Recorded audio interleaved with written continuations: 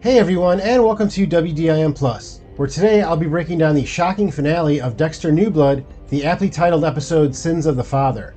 Dexter's world came crashing down pretty quickly after it seemed like he may have gotten a second chance with his son Harrison. The theme of repeating cycles has been a constant since the beginning of the story, so it was a fitting anachronism to use as a catalyst for the events of this episode, and I will go over that and more here, including the meaning behind the ending and where the story could go from here. But before I get into it, I wanted to thank you for clicking on this video and joining me this season for Dexter New Blood.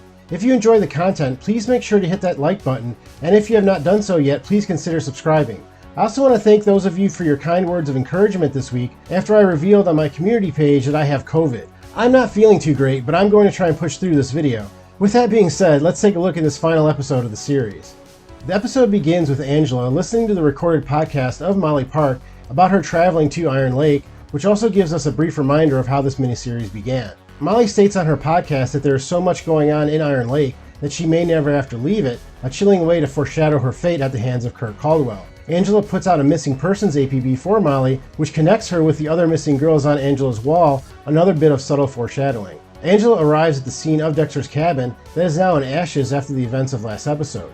She confronts Dexter about the fire after he decides that the fire is a sign that he and Harrison need to leave Iron Lake. As she looks through the rubble, she finds the titanium pin that Kurt gave Dexter that belonged to Matt. This was obviously Kurt's plan all through this, to give Dexter one pin from Matt's leg and to give Angela the rest with a note, knowing that after burning down Dexter's cabin, she would find the other pin. Dexter also discusses leaving Iron Lake with Harrison, who is reluctant at first. Harrison says that he wants to live somewhere with a pool, and this may be Harrison remembering the pool at Dexter's condo where they lived in Miami. Angela returns home to find Dexter and the kids cooking. She gets the kids out of the house and arrests Dexter with Logan's help. It looked like before Logan arrived that Dexter was contemplating going for a knife, which is pretty surprising even for Dexter. In each episode, this series has used music to accentuate themes or events seen on screen, and the song playing as Dexter is taken to the police station is The Wolf at the Door by Radiohead. This song could be interpreted a few ways, but I think that it is used here to describe Dexter's dark passenger. We never really saw Dexter with nothing to lose during the original series, and even when cornered by Maria LaGuardia, he asked Deb to shoot him, but Deb chose to shoot her instead. Seeing Dexter look at the knife in the kitchen is a sign that Dexter may not be able to keep the wolf at the door if he believes that he is caught, and that his dark passenger will do whatever it takes to keep him safe, as the first rule of the code is to not get caught. Angela interrogates Dexter and lays out how she has tied him back to Matt Caldwell by the titanium pins. After she insists that Dexter use his real name, she says, "Hello, Dexter Morgan," which could be a reference to the way Dexter was greeted when the Trinity Killer also discovered who he really was. Angela leaves to look for Kurt, and Dexter and Harrison are allowed to see each other. Dexter tells Harrison that this is about Matt, not Kurt, so that he has nothing to worry about after they killed Kurt last episode. Dexter also states that he has gotten out of tougher spots before, but this is actually the first time that Dexter has been arrested for killing anyone. Besides LaGuardia, Sergeant Dokes also discovered who Dexter really was, but he was killed by Lila before Dexter had decided what to do with him. So before this episode, Dexter was never really put in a situation whereas he had to kill someone innocent to ensure his own freedom. Speaking of LaGuardia, Angela decides to call her ex-husband Angel Batista at home after meeting him earlier in the season. Angel tells her that Maria thought it could have been Dexter Morgan that was the Bay Harbor Butcher, but that Dexter died years ago. After being shown a picture of a very much alive Dexter Morgan, Angel reveals that Maria LaGuardia was also murdered years ago. He grabs her old files on the case and heads towards Iron Lake.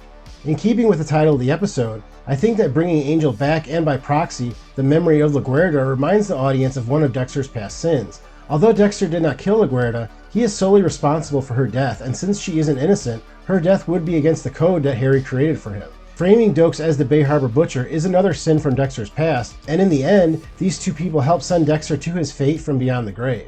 Before seeing the picture, we get a shot of Batista's inbox, and it includes a couple emails from Vince Masuka and Joey Quinn, two beloved characters from the original series.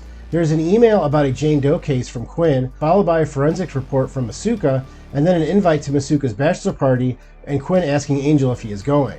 Even though we do not get to see these characters, it is nice to know that they are alive and working together still. Teddy arrives at Kurt's house to see that he has seemingly fled and that his gas truck is there and empty, fully implicating him in the fire at Dexter's cabin. Angela interrogates Dexter again and tells him that she knows that he is a murderer. She is able to tie everything together through the use of ketamine and the needle marks in all the victims' necks. Dexter did use M99 on his victims in Miami, and this series has for some reason retconned this to the drug ketamine with no explanation.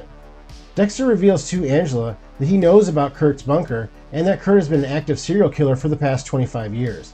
Faced with the possibility of solving a case that she has been working on for years, she leaves Dexter at the station and goes to Kurt's cabin. While in a cell, Dexter is able to get the upper hand on Logan and pins him to the bars. After Logan goes for his gun and takes a shot at Dexter, he breaks Logan's neck and kills him. Of course, Logan does not fit the code that Harry set for Dexter, and this series has done a great job in making Logan look like the nicest person on the planet. So this act in the end is the final sin that Dexter will commit. Angela arrives at the bunker and finds the bodies of all the missing women that she has been searching for, including Molly Park. After she is unable to reach Logan, she realizes that telling her about the missing women in part was a diversion, and rushes back to the station to find Logan's body. Dexter runs and meets with Harrison, who notices the blood on Dexter's face. He asks if it is Logan's blood, and Dexter tells him that there is no other way. Harrison points out the hypocrisy of the code if Dexter is willing to kill a good person for his own safety. He also points out that Dexter's dark passenger is now driving at this point, and that he thinks that Dexter likes killing. Harrison wants Dexter to turn himself in, but Dexter tells him that he can't. He reminds him of all the harm that Dexter has caused along the way, which includes the deaths of his mother, as well as Deb, James Dokes, Maria LaGuerta, and Frank Lundy.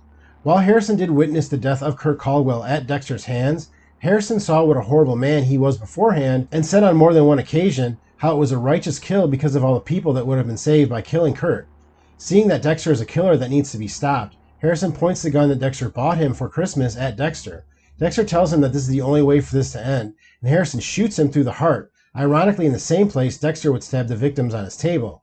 Dexter dies in a pool of blood, and Angela arrives. She tells Harrison to run as he gets in Dexter's truck and drives away, reading the letter that Dexter sent Hannah after he left them. While this is a surprising way for the show to end, given that it looked as though Dexter and Harrison would live on together after the death of Kurt Caldwell, the ending does follow the show's idea that it is impossible to escape the sins of your past.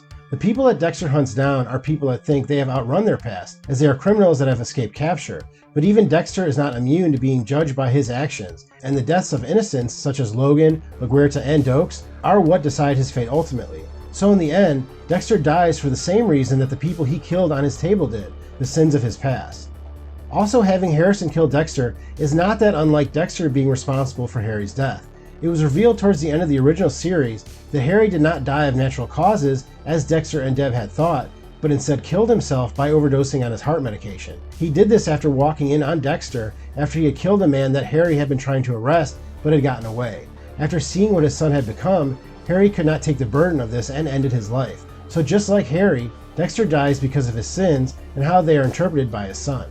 Characters like Dexter are hard to find an end for because they are hard to define, which is partially what makes them so compelling. But the best endings are the ones in which characters get what they deserve, and I think that in the end Dexter did exactly that. I think that was the thing that fans of the original series disliked the most about the ending.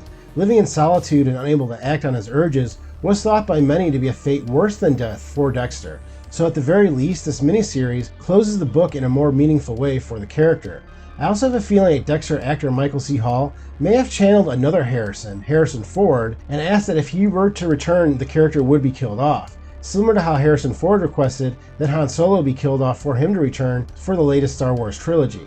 This ending does give the character closure, and also makes us wonder what Harrison is now to do with himself. I did really enjoy the performance of Jack Elcott as Harrison, but I'm not sure if we will see the character again. But the door is now of course open if the show wants to proceed further. So let me know in the comments, what did you think of the series, and would you want to see a series that's centered around Harrison? Well, that is all I have this week, but thank you very much for watching this video. Please hit the like button and subscribe button if you have not yet, and I'll see you next time on What Did I Miss?